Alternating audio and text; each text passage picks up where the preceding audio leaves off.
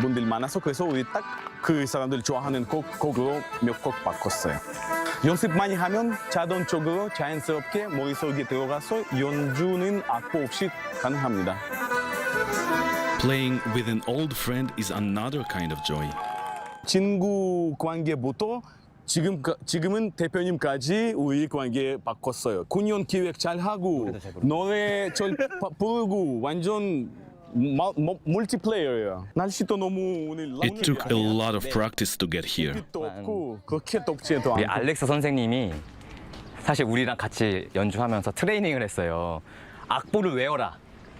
그래서 저희는 악보가 머릿속에 좀 있다 보니까 이런 상황에서는 이런 노래, 저런 상황 저런 노래. 그래서 오늘 어르신들이 많다 보니까 트로트랑 민요를 같이 했습니다. 그래서 어르신들 너무 많이 좋아했어요. 특별하게 오늘 호란 씨 따로 스케줄 만들어서 우리 집에 오늘 저녁에 만나려고 했어요. 오늘요? 네, 혹시 노래 부분 부탁드려도 될까요? 네네. 제가 가이드 잡아드리면서 혹시 제가 또 아이디어가 있으면 그것도 또 좋고, 도움 네. 드릴게요. It's my first arrangement for the Maureen Hall.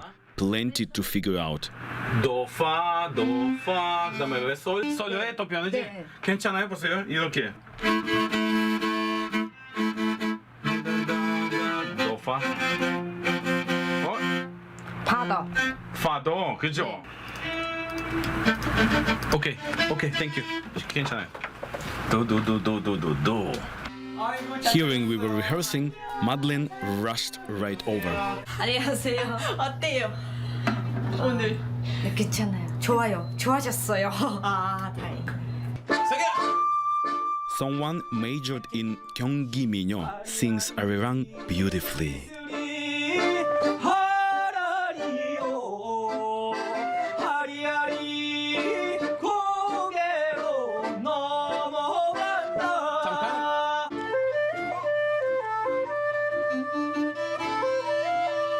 As we lock in parts that didn't fit, we are becoming one team. 연습도 하면 더 잘 거예요. 네. 지금 I feel better now. Better? 네, 네. 오케이, 여러분 오늘 다들 고생하시고 너무 열심히 하고 계속 아직 시작이야. 파이팅 계속 할까요? I wonder, did my good vibe rub off on them too?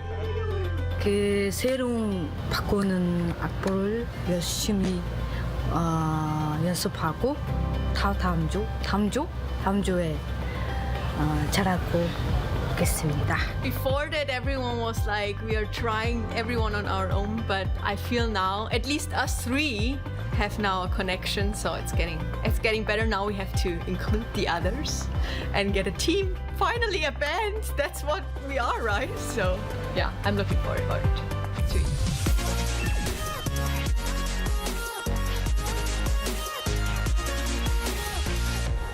Madeleine loves history and travel, always on the move. It's very close to the ocean, so it's connected to history and to the ocean, so it's a perfect place for me to see history and the ocean and feel all those history of Korean coming to me, and I get inspiration. I have so much stress, and recently there are so many projects going on. I just arrived here to calm down, feel myself again, feel the music, and get inspiration for our project. I think it goes well with the ocean sound in the background, and yeah, let's try to make some tunes here.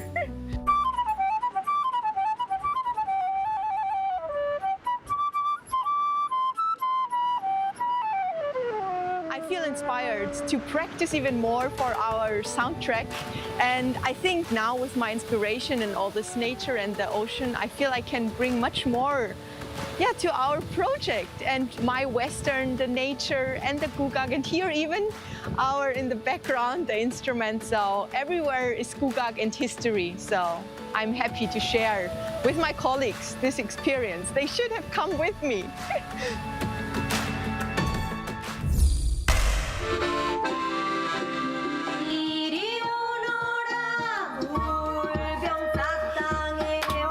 하나, 둘, 셋.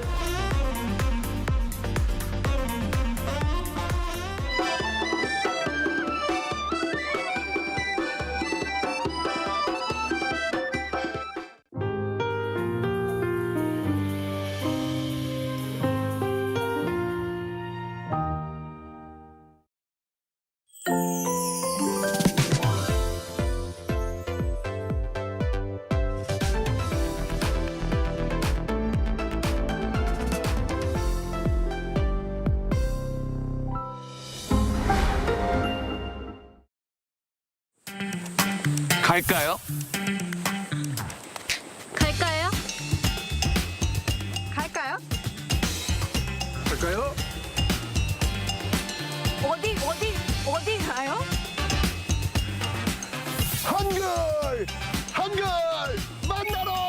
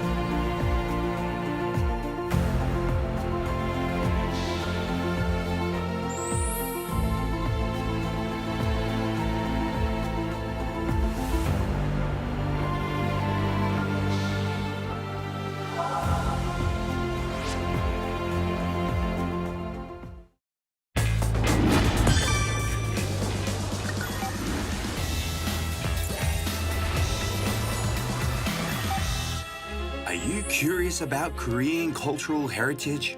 If you are a fan of Korean culture and history, listen up.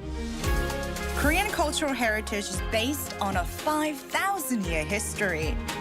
The whole country is like a massive museum because it possesses such diverse cultural properties.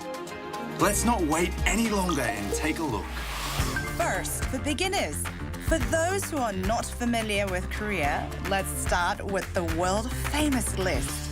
You can see how Korea's beautiful traditional patterns and historical features have been preserved. And don't forget to experience Korea's intangible cultural heritage. From 강강술래 to 탈춤, there's just so many exciting cultural heritages to experience.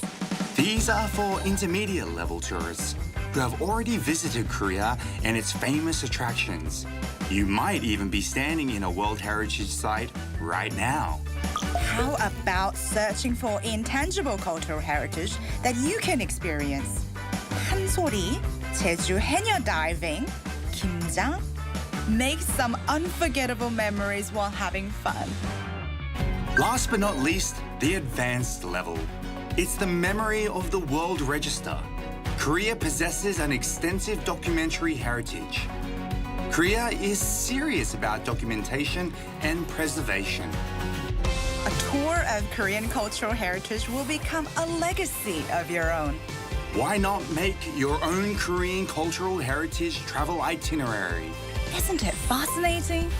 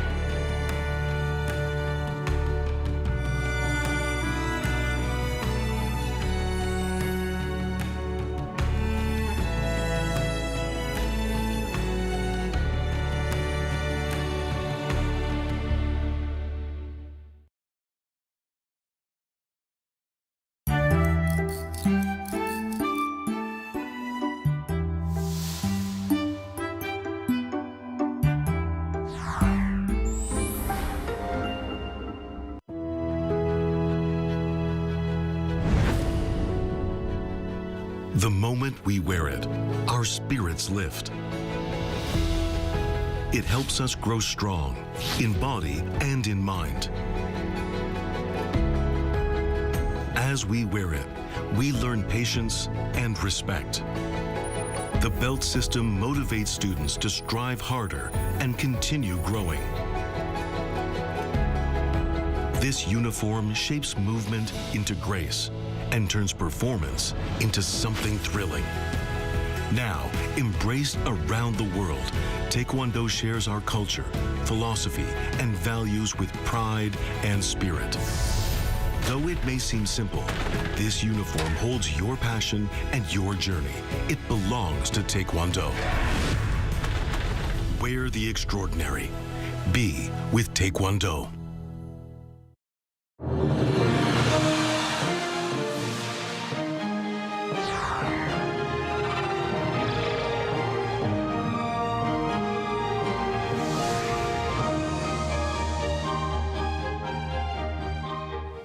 Good morning. We're breaking from our regular broadcast to bring you live coverage of the second main session of the APEC leaders meeting. Today is the final day of APEC here in South Korea at the city of Gyeongju. Session 2, under the theme of Asia-Pacific Vision, Prepare for Future Changes, will see leaders discuss new growth engines, including artificial intelligence and demographic change. Arirang News has been following this event from the very beginning, and in just a moment, we'll take you live to the floor as President Lee opens the second session. But first, to help us understand what's at stake, we're joined by Professor Yang Jun-seok of the Catholic University of Korea. Professor Yang, welcome back. Happy to be here. Now, let's just start with what's going to happen in a few moments. What are we expecting from President Lee Jae-myung's speech at session 2? Okay, well, this is going to be, well, he'll have maybe one or two more chances to make a wide speech.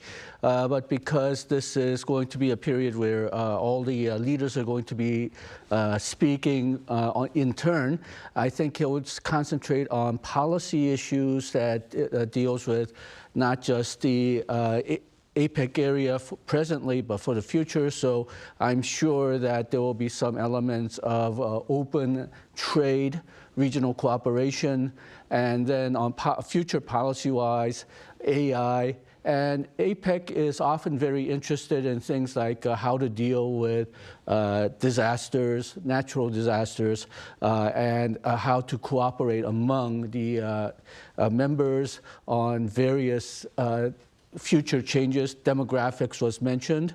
Almost all countries in APEC are losing young population. So those are the type of things that they're probably going to be talking about. But President Lee will probably concentrate on trade issues and AI issues. Right, and that has been talked about so far many times throughout the event. But what we do see that happened overnight, because we talked yesterday morning, was like the Jensen Huang, the leader of NVIDIA, is at Gyeongju. Right, so. But in this context, you don't want to be too proud of what's happening in your country, because this is a cooperative venture. So if he's going to talk about things then about AI, then I don't think he's going to talk about how this is going to make Korea great. I think he'll be going to concentrate on how other countries can cooperate with Korea to make AI more usable in the regional economies, and hopefully they'll also talk about things like technical cooperation between some countries which are yet to catch up with some of the AI developments. But again, because this is an international context, and APEC, the last C, stands for cooperation. So saying Korea has got this great deal from Jensen Huang, it's not something that you want to perhaps overemphasize. You want to show that, yes, we have this great deal, but we'll be using it so that we can grow together. Right. I think you bring up a great point. So it's about the multilateral event, not about South Korea, and it is the host nation. But going back to the discussion about AI, South Korea actually sees this as an opportunity to sort of take the lead in global cooperation. So while it's not about boosting South Korea's economy, but it's about maybe for President Lee Jae-myung boosting South Korea's role. It's also boosting South Korea's visibility. Now, there's several, obviously the two biggest AI countries are US and China. They're very much far ahead.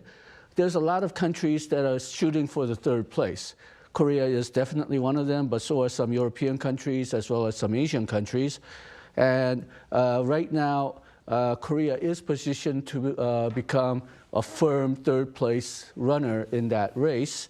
And what hopefully President Lee will emphasize is that AI is going to be very useful for the future. It will increase the country's productivity, but some of the countries are not yet ready to completely utilize AI tools, sometimes because there's no hardware or infrastructure yet available, sometimes because education is not yet up to the level of fully utilizing AI. Remember, yesterday, Huang emphasized Korea has the three elements: manufacturing, software, and infrastructure, and Korea may offer to strengthen those three areas in some of the countries that have fallen behind in that aspect. Remember, APEC has 21 economies. Some of them are very advanced. Some of them are developing.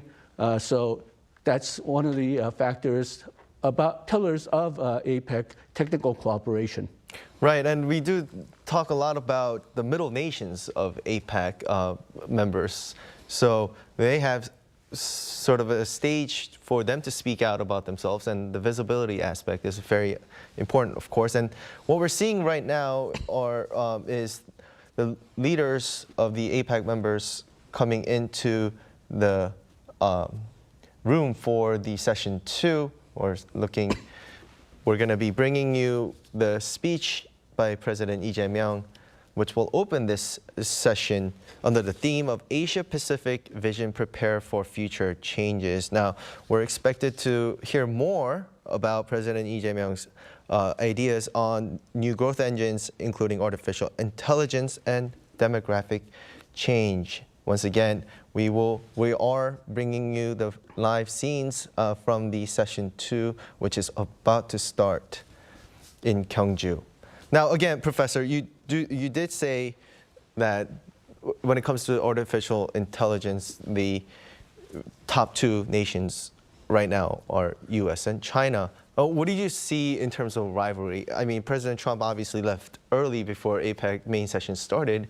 Did you see any rivalry in this scene of multilateral event? Okay, not in this event particularly, but the United States has some restrictions on exports of state-of-the-art AI-related chips to China. In the latest trade negotiations, they were talking about loosening those restrictions. I don't think they reached any firm result in the last set of negotiations, but they are continually negotiating over the subject. And because the United States had restricted some of this technology, China perhaps has decided that they need to be more independent from American technology. So they develop technology like the DeepSeek, which is somewhat independent from American technology. They're also developing their own semiconductors, including AI semiconductors.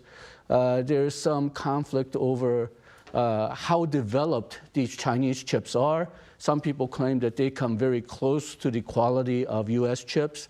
Others say that they're still far behind. On the other hand, companies like NVIDIA, they have lost a lot of sales because of that technical export restriction. And now NVIDIA, as well as the United States, may be seeking to take some of that market back for the United States and NVIDIA because, well, from their point of view, they may not want the Chinese AI to develop a completely separate set of technology. They want the Chinese AI to use some of the American AI, but we'll have to see how Chinese chooses their strategy.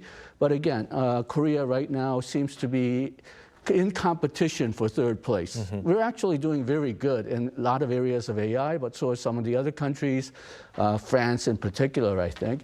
And this type of cooperation between NVIDIA and United States and China, with Korea in somewhat of a middle, that may give us a very good that may put us in a very good place to put us in, definitely in the third place in the AI race. Right. So once again, we're about to start with the President Lee Jae-myung's speech. We see Chinese President Xi Jinping, who's of course the next host of APEC, just stepped in for the session 2. Once the speech starts, we'll tune in. But for now, Professor Yang, before we do, we're more than halfway through APEC, right? Like there's a sort of preliminary events also, you know, from the past. What would you say is sort of like the scorecard for South Korea as the host so far? Okay, well, I think we're doing definitely better than what some people feared, because China and the United States was in such conflict. Personally, I was a lot worried about APEC last year. Because if the hostilities between China and U.S. had continued on the level that we saw last year, then we may not have gotten any multilateral results for APEC this year, but that does not seem to be the case. Things are always sort of hectic around the time when we have leaders' declaration. And this Sorry, year, Professor. Yeah. We'll get back to it, and I would love to hear more the rest of your answer. But at the moment, President Lee Jae-myung has arrived and has taken a seat to start off this session 2. So we're going to tune in.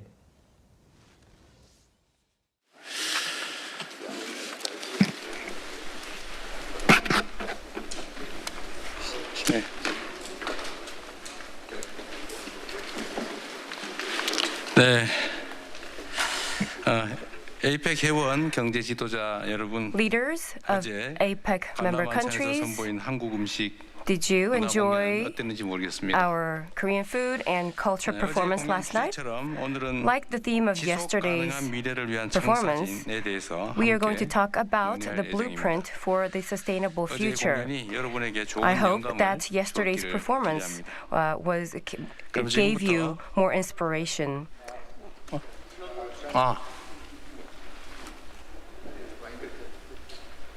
네, 괜찮아요?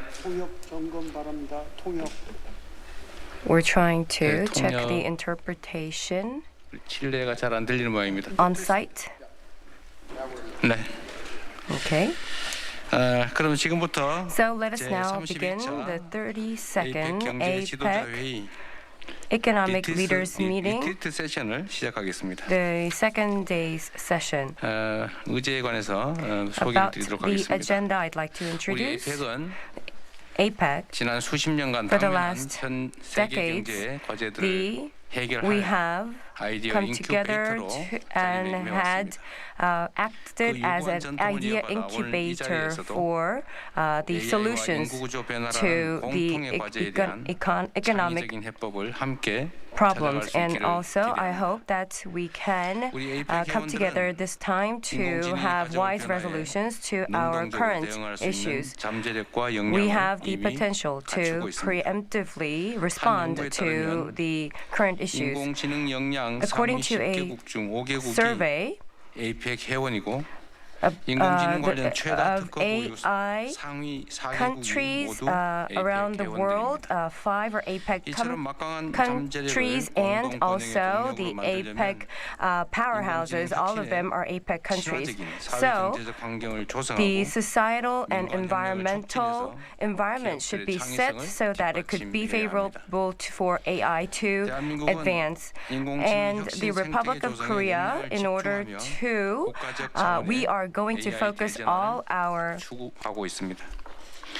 power to nurture this AI infrastructure, and this goes to HR nurturing and thereby revitalizing the AI ecosystem. And we are going to be at the forefront so that we can forge an environment that's an innovative environment for AI to strive. And what is more important is the AI-based society, AI for all. The Republic of Korea will strive to become a global AI basic society, and we are going to make this a basic initiative so that we can become one of the leaders around the world for AI. And AI, this big reform that is coming, this is our willingness to make this and to earn this ourselves. And the Asia Pacific AI Center that we are going to open, this has a purpose to narrow the widening gap of AI capacity, and this will in return contribute to the big initiative of AI and its ecosystem around the world. The Republic of Korea, we are going to flourish this with coexistence and prosperity together with everyone. And another problem is the demographic changes. And according to a survey, for the last 30 years, this demographic changes had been changing. And we are seeing a significant drop in the young people of population, and more than 65-year-old seniors are on the rise. And such demographic change has an impact on all corners of society, to labor, to education. So this is a big crisis that we are facing, and that is why we cannot resolve this with partial solutions. The Republic of Korea, for us to come up with a coordinated resolution, we have proposed a framework that will bring forward a very unique and proprietary idea to respond to this demographic changes. In order for us to address this AI and demographic changes, we have to look into new driving forces, and the Republic of Korea is looking at the culture and creative economy as a solution. And as of 2022, the Republic of Korea is going to work towards this regard, and as of 2022, the APEC countries are at the center of this culture and creative economy industry, and the value of creative and cultural economy and the industry is the cornerstone for the future development. And we believe that this will be a great help in helping us to flourish with AI and to respond to demographic changes. And today, we are going to talk about the APEC vision for the future. AI, the demographic changes, cultural and creativity industry. Based on these three prongs, we are going to talk about and discuss our response so that the prosperity of Asia Pacific can be seen in the world. And we are also going to, we would look forward to your valuable contribution so that we can look forward to our prosperous future. So when the press corps retrieves, we are going to resume with our meeting. So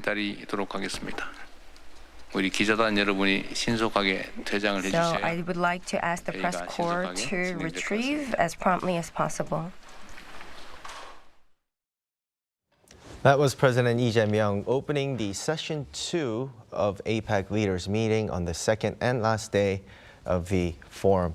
Now, he's touched on a number of items. He's first, checked back on how they were doing because of the big event last night, and sort of talked about AI and sort of acting as the incubator for solutions to economic problems for the APEC, the group itself. Now, he did speak a lot about what South Korea has been doing and to tackle some of the challenges right now. And one of the things that are going to be discussed right now is the demographics change, which South Korea, of course, has a national crisis with, right?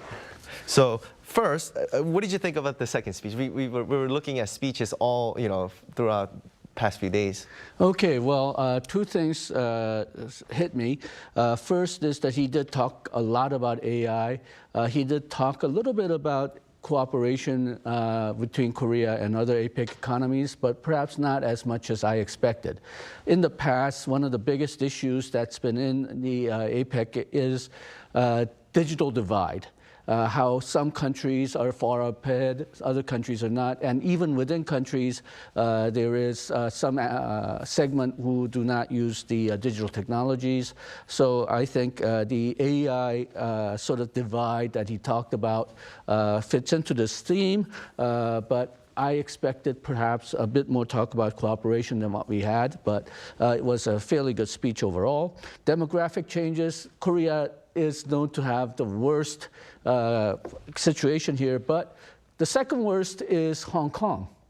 And perhaps the third and fourth biggest is China and areas around China.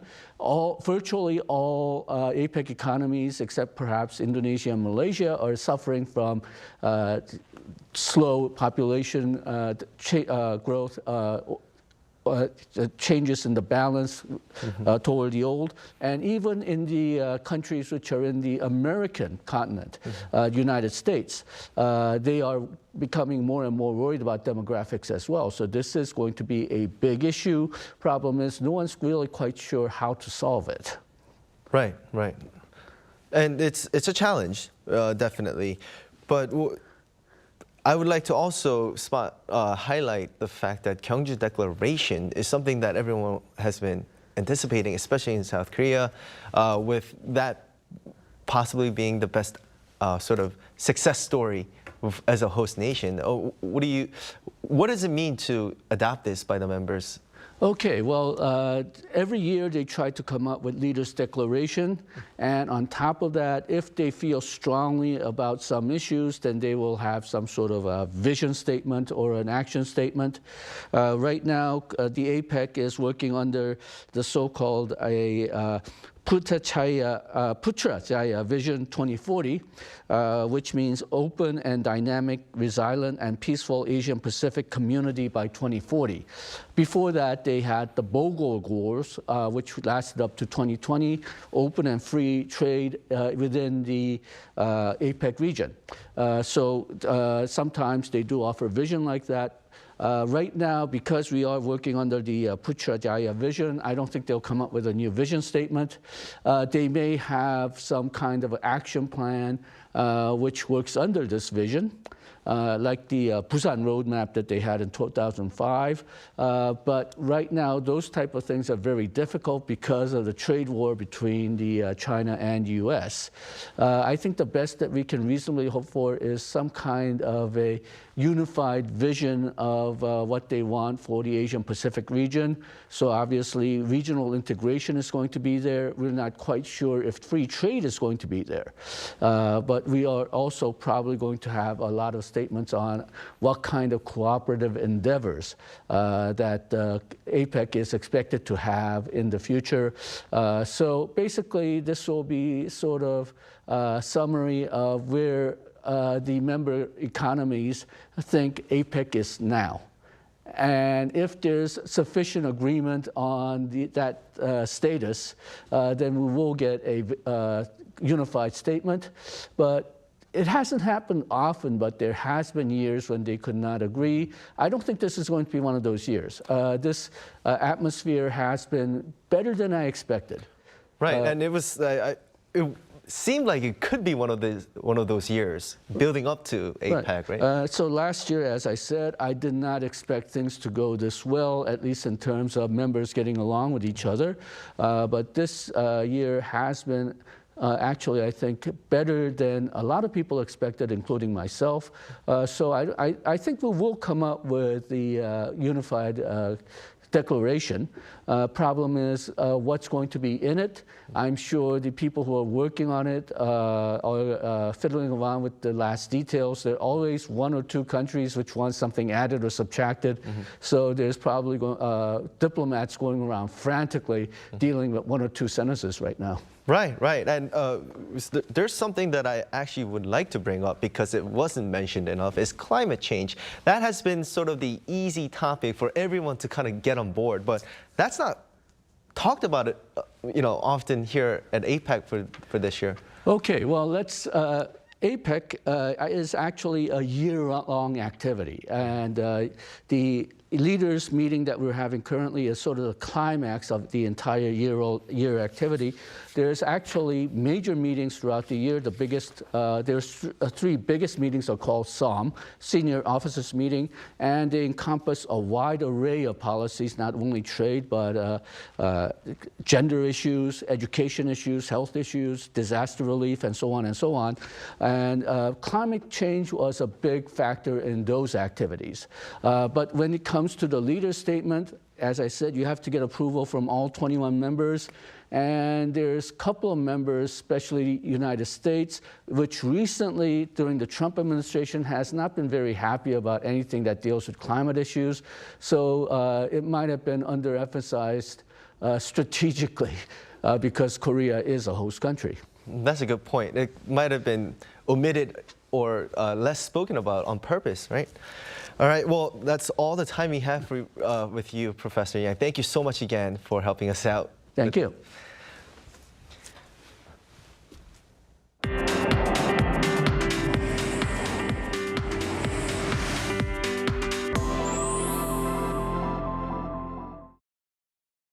Now we continue with the rest of today's news. Our special APEC coverage continues as Arirang News brings you team coverage of South Korea's role as host nation of this year's APEC Forum. With that, we turn to our studio in the historic city of Gyeongju, where my colleague Kim Dami is standing by. Dami, welcome back. Doyeon, Gyeongju has woken up to another sunny but also windy day this morning. The neighborhood has been under tight traffic control, but just now that's been lifted.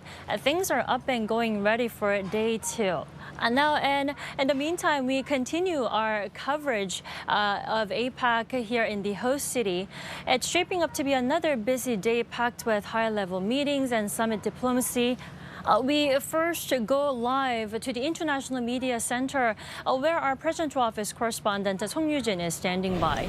Yujin, we just heard President Lee deliver his opening remarks to start session two. What can we expect from here? Well, good morning, Tommy. So the 21 APEC member economies are expected to really discuss how to better respond together to shared challenges, such as the rapid development of artificial intelligence and also to aging and shrinking populations, which were also highlighted by President Lee during his opening remarks that we just saw. So the theme of today's session, which is the second and last session of this year's APEC leaders meeting, is preparing a future-ready Asia-Pacific. So first, take a listen to what National Security Advisor Lee Sung-rak previously said on the significance of today's discussions. For the first time, this year's APEC leaders meeting will discuss how to respond to future-oriented challenges such as AI and demographic change. Our government will encourage member economies to share best practices and to work toward common solutions so that we can plan for the future together.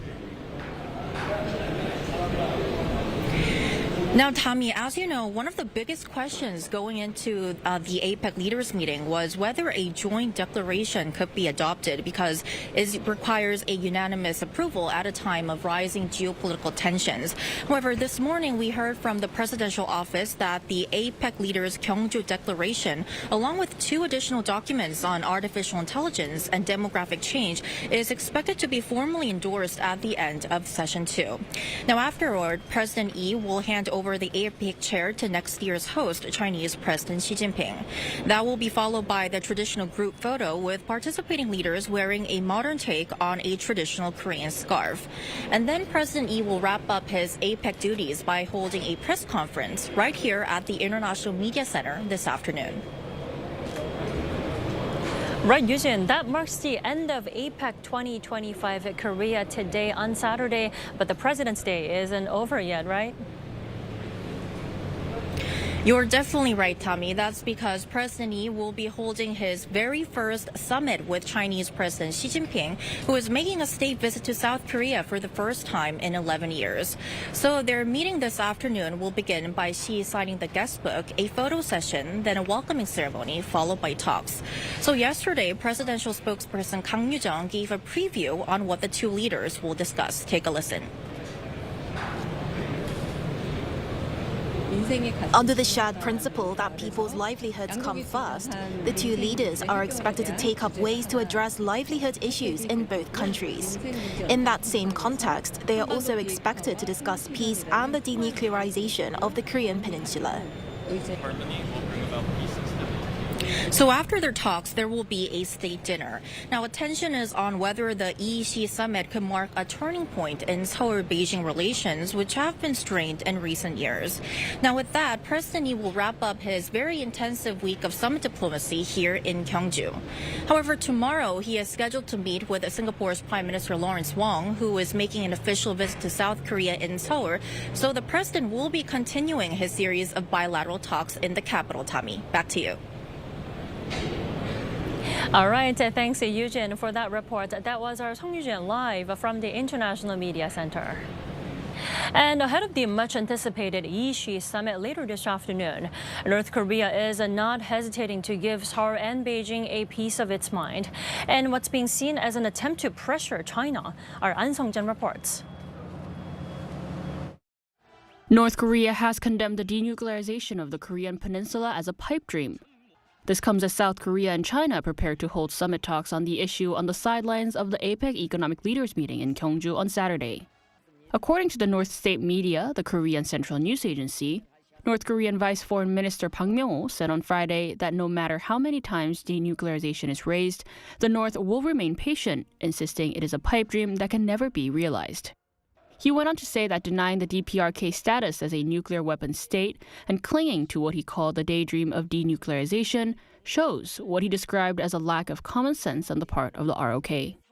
Seoul says President Lee Jae-myung and Chinese President Xi Jinping plan to put denuclearization of the Korean Peninsula on the agenda, along with efforts to secure peace, which the South Korean side frames as directly tied to people's livelihoods.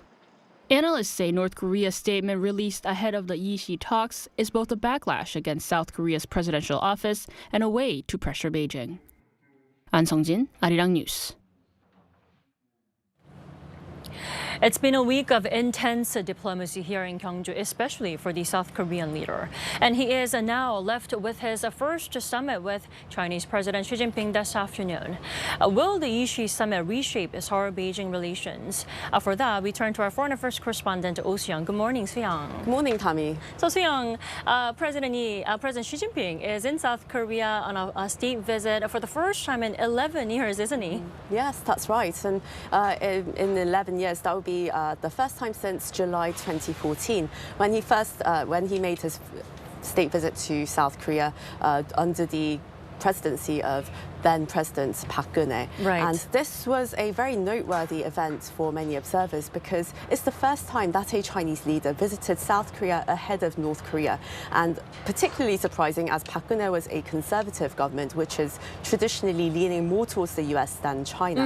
So this really sent out back then two signals. The first was that China, back then at least, was willing to deepen its economic and political relations with South Korea. And second, it wanted to express strong dissatisfaction over North Korea's ongoing ballistic missile program and, of course, its nuclear program. So this was a strong signal. But, of course, nowadays, many things have changed. Geopolitical conditions have changed, especially after China imposed a series of economic sanctions and measures against South Korean businesses over their anger because Seoul decided to install THAAD batteries, so US missile defense systems, in its own national defense against North Korean missiles and its nuclear threat. And Beijing perceived this as a direct security threat from Washington to China.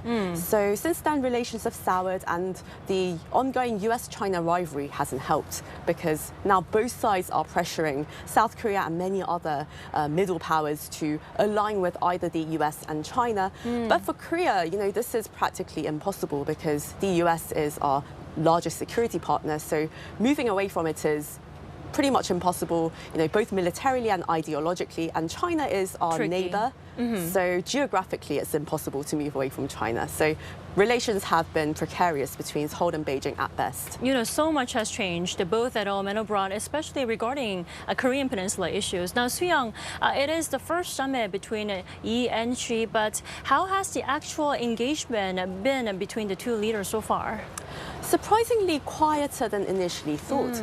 So because President Lee Jae-myung is known as a progressive politician, it was assumed that given his given that he's in the Democratic Party of Korea, which is traditionally more aligned with Beijing, that relations between the two countries would soon warm up, especially after the leadership of now impeached President Yoon Suk-yeol. But since he came to office, President Lee Jae-myung has been trying to practice pragmatic diplomacy. And this means pursuing South Korea's own national interest, not being tied to ideology or geography or whatever, but, making a rational decision and being flexible about South Korea's own strategic interests. And in doing so, he's made it perfectly clear that he does not wish to distance himself from the United States. And at the same time, he wants to maintain stable relations with China. So in doing so, he's issued related statements, and also the first week that he took office, he made the point of calling the Chinese leader Xi Jinping third in his list of world leaders. Right. So this came after President Donald Trump and then Prime Minister Shigeru Ishiba, and Xi Jinping came third. And this was a huge contrast to his progressive predecessor, then President Moon Jae-in, who called China second after the US when he first became president. So China, according to foreign policy circles in Seoul, has been quite dissatisfied with this kind of alignment towards Washington, and also concerned, especially after President Lee Jae-myung said in Washington that the era of South Korea relying on the US for security and trade on China is now over. South Korea must work with the US on both fronts for both traditional and economic security. But that's not to say that President Lee hasn't been working on China relations. He sent National Speaker Woo Won-sik to the quite controversial Victory Day parade in China on September 3rd. And that's the second highest political figure in South Korea. And more recently, he appointed as ambassador to China the eldest son of former President Roh Jae-on, who is highly regarded in Beijing because of his father's contribution to bilateral ties. In 1992, he was considered the architect of normalizing relations between South Korea and China in modern-day history. So we'll have to see today whether relations will warm up significantly, but that's been the course of events. President Lee Jae-myung and Chinese President Xi Jinping have a lot of business to get down to this afternoon, including China's unofficial ban on Korean pop culture known as Hallyu. Now, what is the current situation on that official ban? Right, so this unofficial ban on Korea's cultural content began in 2017 after, again, as South Korea said that it would install US missile defense batteries on the Korean Peninsula.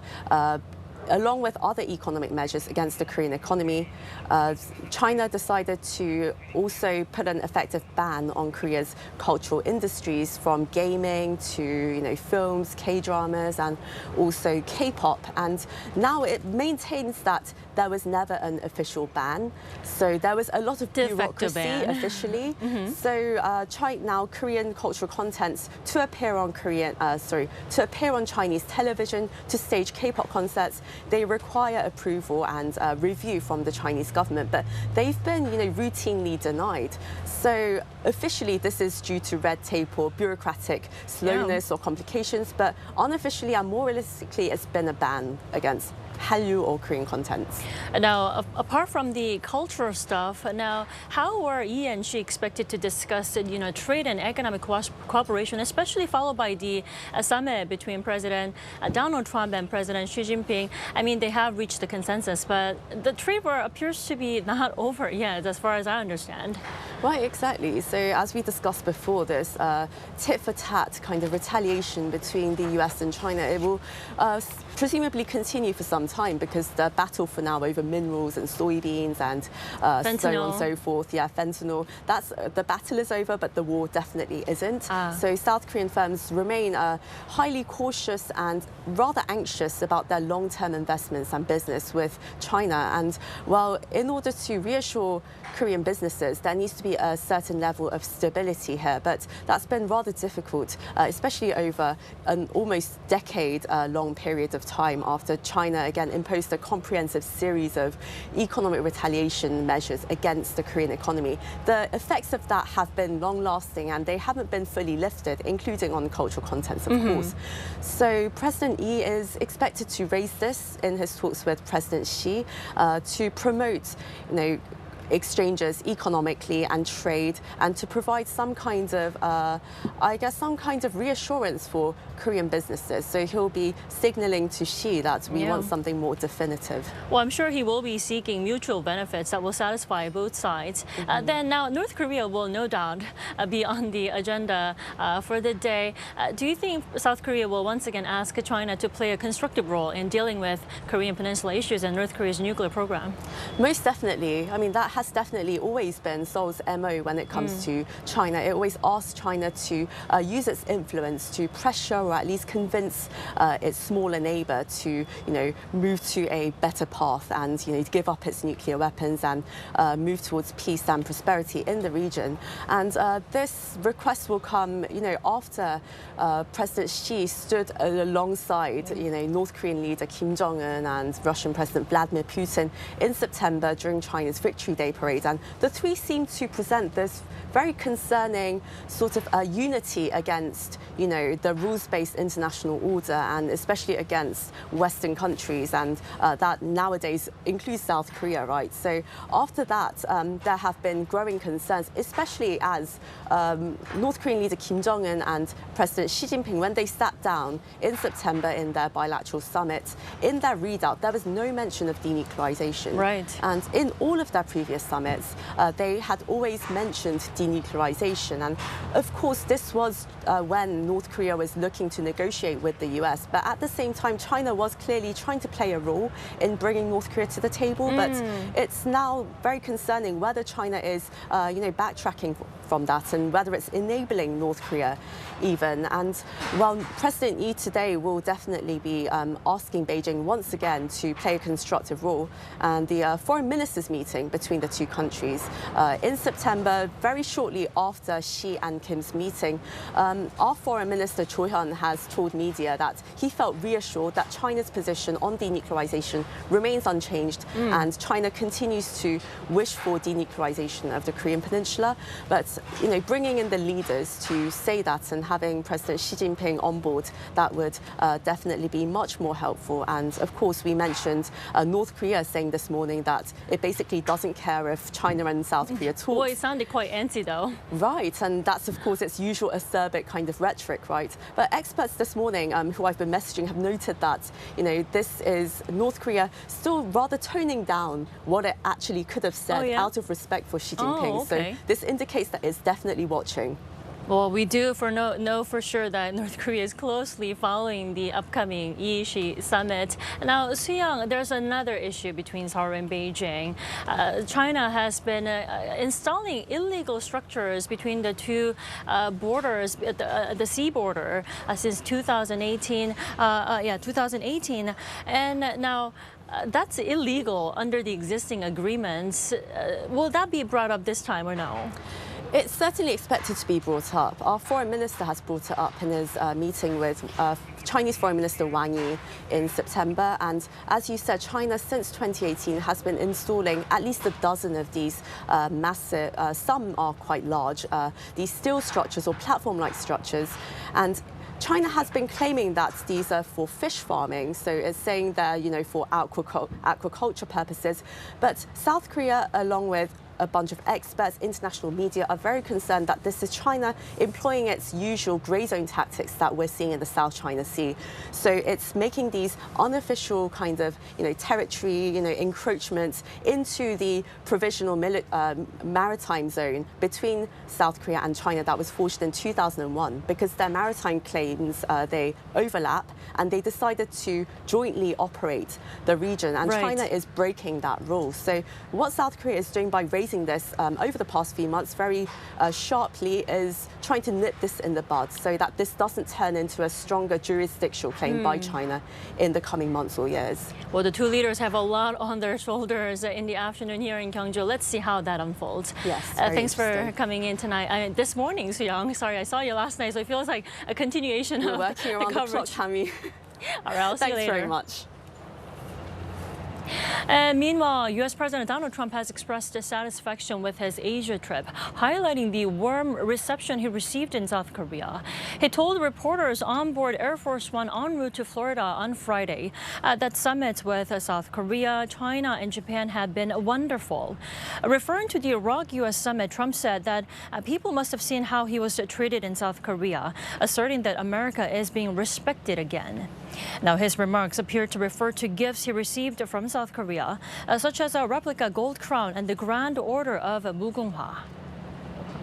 And on day one of the first full official APEC day on Friday yesterday, President Lee Jae-myung bonded with the leaders of the UAE, the Philippines, and Chile. Our Kim Bo-kyung tells us more. President Lee Jae-myung held several summits on Friday, bonding ties with other leaders of APEC members.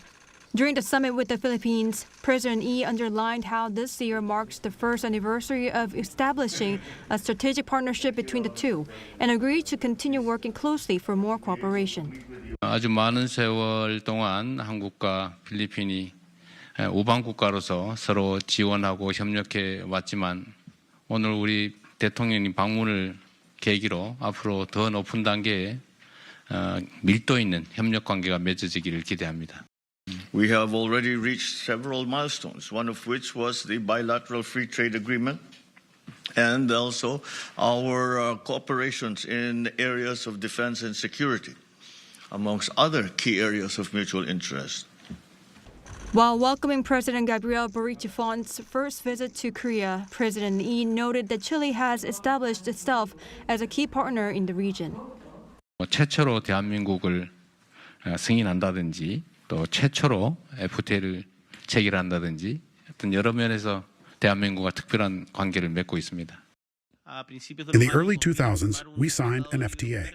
I would like to take this opportunity to emphasize that Chile is strongly committed to improving the FTA with Korea. To this suggestion, President Lee proposed exploring mutually beneficial solutions in FTA improvement talks. Regarding talks on cooperation in critical minerals and renewable energy, the two agreed that combining Korea's manufacturing technology with Chile's abundant energy and mineral resources could create great synergy.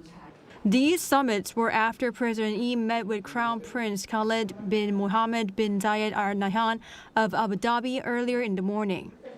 Referring to the UAE as the only country in the Middle East that maintains a special strategic partnership with the Republic of Korea, President Yi underlined how the two countries hold great potential in cultural cooperation and expressed hopes for the UAE to play a significant role in helping to promote the spread of K-culture, which is currently gaining great popularity across the Middle East.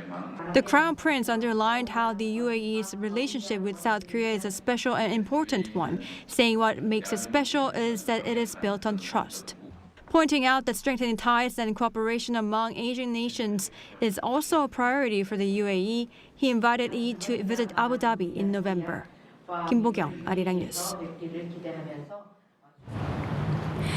Now, after delivering his speech at this year's APEC CEO Summit on Friday, NVIDIA CEO Jensen Huang held a press conference with reporters. Huang told Arirang News that he was very optimistic about the future of South Korea's AI sector, saying it's now NVIDIA's turn to grow through the journey of AI, as the company had received a warm welcome from Korea when it entered the country 30 years ago. Our Park Jun-an tells us more. After announcing a mega 260,000 chip supply deal on Friday with the South Korean government, Samsung Electronics, SK Group, Hyundai Motor Group, and Naver Cloud, Jensen Huang, the CEO of NVIDIA, the world's largest chip maker, held a press briefing. Huang told Arirang TV that he was very optimistic about South Korea's future in AI. There's no question in my mind that Korea will build many more AI factories here. Not just for the Korean industry, which is one of the largest economies in the world and one of the largest technology industries in the world, but also because Korea has a chance to be an AI hub of the region. And it has the ability to attract startups that are in other countries to be hosted on Korea AI Cloud. Also, when Arirang TV asked what Huang's message was for people in South Korea who admire him and his company NVIDIA's vision, he said, now it's NVIDIA growing with Korea on their AI journey. Korea has welcomed me for 30 years with open arms. And NVIDIA was very young when I first came. We were only a few years old. So we've had a very long relationship and one that I treasure greatly. And now we have a new journey. You know, in the beginning it was Korea growing with NVIDIA's journey. Now it's NVIDIA growing with Korea's journey and the journey of AI. So I'm very grateful. After the broadcast media scrum ended, Huang held a second media session without video or audio recording, responding to reporters' questions in a casual setting. During the session, he again emphasized the strong partnership between industry leaders in South Korea. NVIDIA CEO Jensen Huang said he's so confident in South Korea's semiconductor technology that his company will partner with South Korean industry giants in the decades to come. Park Jun-an, Arirang News, Gyeongju. And now, the first day of the two-day APEC leaders meeting wrapped up with the leaders' Gala Dinner. And at this year's edition, Korean-American star chef Edward Lee took the lead, making it even more special. Our culture correspondent Park Go-na delivers that taste from Gyeongju. 400 guests fascinated by an authentic Korean-style meal served during the Economics Leaders Gala Dinner on Friday. Featuring Gyeongju specialties such as premium beef for galbichim or braised short ribs, and local greens for bibimbap, mixed fries with soy sauce and sesame oil, along with side dishes of tofu and white kimchi, were only some of the highlights. Behind all of this is Korean-American star chef Edward Lee, the head chef of the gala dinner, who was also the guest chef for the 2023 Korea-U.S. Summit. Since kimchi cuisine went viral worldwide after the dinner during the 2005 edition of APEC in Busan, many are wondering what the next kimchi may be, and Yi answers. I can't pick one favorite, but I hope the guests come away with a sense of history and a sense of like the whole landscape of Korean cuisine. And we really want to feature special ingredients, you know, like we're featuring gamte, persimmon, pine nuts, you know, these to me are really symbolic. A fusion of Western style combining traditional doenjang paste and rice cake with caramel made the dinner even more unique. That was even served in the mother-of-pearl box so the guests could take home a lasting memory. Yi stressed his goal was to introduce traditional Korean food in a modern, innovative way. There's a beautiful history of Korean food that I don't want to change. There's another part of Korean food that's really innovative. I wanted to show how Korean ingredients can adapt and be innovative and really capture a global audience. People will go away and remember Korean cuisine as something that is just really, layered and subtle and delicate. The paired dinner drinks have also drawn attention. One standout was the toast drink, Horangi Yuzu Korean rice wine, that won first place in the Agriculture Ministry's competition for toast drinks last September. As the dinner drinks chosen back in 2005, including Bokbunjaju, Korean blackberry wine, saw explosive growth afterward, even leading to export deals, expectations are high once again for this year's selection. And as the meal and paired drinks were showcased to a wide range of people, including leaders of APEC members, K-Food's global momentum seems to show no signs of slowing down. 박건우, Arirang News, Gyeongju. And that wraps up our coverage of APEC 2025 Korea for now. We'll stay here on the ground in Gyeongju through the end of the day, bringing you the latest from this year's APEC leaders meeting. Doyan, we will be back with more at 12 p.m. Korea time. Back to you, Doyan. All right, Dami, thank you. And a thanks to you as well, to our team in Gyeongju working around the clock to bring us the latest on APEC. Now, on other news, the LG Twins have done it again, reclaiming the Korean Series title for the second time in 3 years. They powered past the Hanwha Eagles 4-1 on Friday, dominating the fixture and sealing the series in 5 games at Daejeon's Hanwha Life Ballpark. The victory caps off a dominant season for the Twins, who also finished first in the regular standings, earning what's known as a unified championship in Korean baseball. It's the Twins' 4th KBO championship, following earlier wins in 1990, 1994, and 2023. Seoul's major nightlife areas such as Hongdae and Itaewon overflowed with people celebrating Halloween on Friday night. Hongdae in Mapo district drew 110,000 people between 9 and 11 p.m., nearing the pre-2022 Itaewon crowd crush numbers. Large screens on the streets flashed extremely crowded warnings.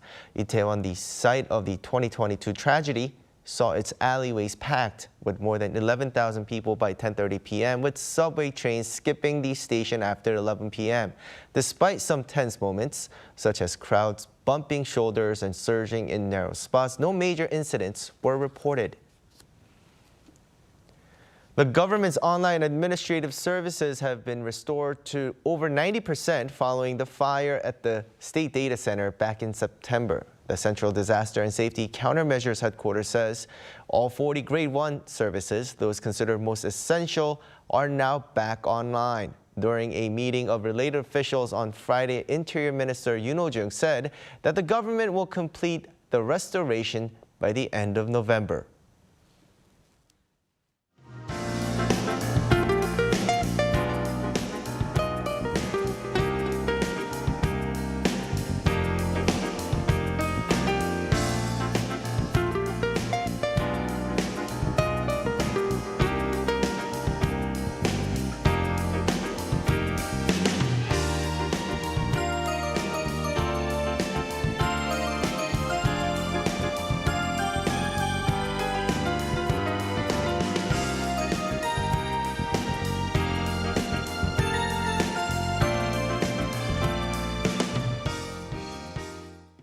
That's all we have for this morning. Arirang News will be back at noon Korea time. Thanks for watching.